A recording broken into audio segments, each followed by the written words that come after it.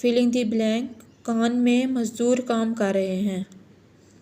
तो कॉमन से एमसीक्यूज़ है, ऑब्वियसली यहाँ पे क्या आएगा, की आएगा। कोयले की कान में मज़दूर काम कर रहे हैं। ये देखिए ना, कोयले के कान या कोयले का कान, कोयले को कान, बिल्कुल भी ठीक वर्ड नहीं है। ये जो सूटेबल वर्ड है वो है कोयले के कान में मज़दूर काम कर रहे हैं।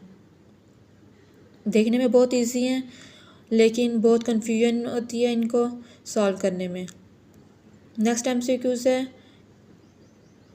उस फिलिंग द ब्लैंक नमाज जनाजा तैयार है। उसकी नमाज जनाजा तैयार है, यहाँ पे कौन सा वर्ड सूटेबल है, उसकी नमाज जनाजा तैयार है।